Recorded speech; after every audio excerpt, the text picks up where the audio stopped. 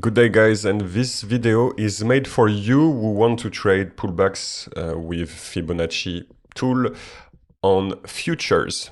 So if you don't know me, I'm Pablo Pucel, the baguette trader. I'm French, if you didn't figure out.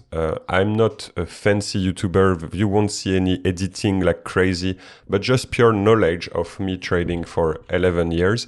And yeah, I'm just sharing the different details about all what I know for my trading. So if you look at my other videos, you can see that I use the Fibonacci tool as one of the components for my trading. And for my own challenge, I went into, because I just needed a small challenge for myself. I'm going through a future prop firm evaluation, okay?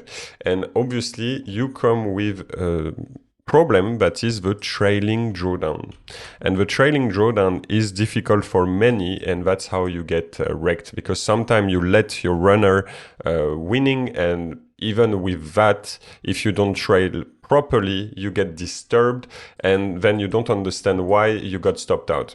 So let's try to, I want to just show you this quick tool if you decide to do pullbacks with Fibonacci, this quick tip, sorry, for you to avoid this problem, and that's what I'm using myself. So I'm just trying to find a good setup here. So I think we have a high broken and a low broken, and as you can see here, this is the Fibonacci I'm using. So usually I use 618.5 and 382, which are the levels on reverse. That's why you see it reversed, 0 and 1. But I added those ones for trailing drawdown.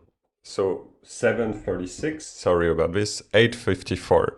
So how does that work? So me, I always enter lately with the second touch of the 0.618. So we had the first touch here, and then I will put my sell limit on this example. Okay, we have the levels and stuff, but obviously I do more work, which you can see on my YouTube videos and on my course, free course on my website.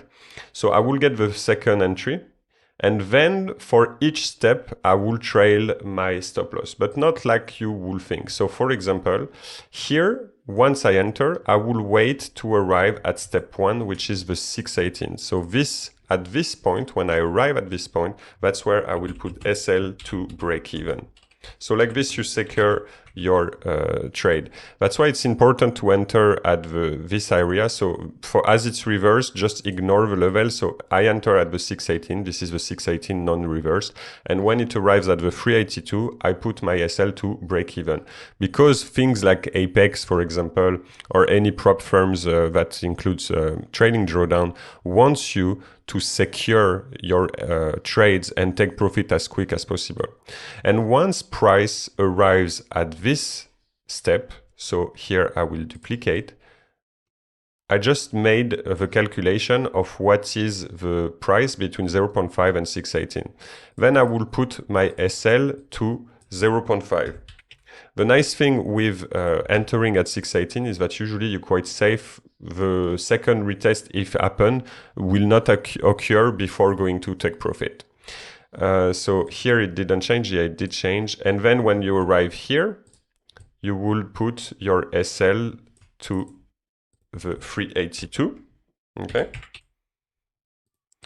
And then you should be arriving at the profit zone if you decide to take the low. If you don't decide, you can just make the calculation and add more grid, and every time scale like this.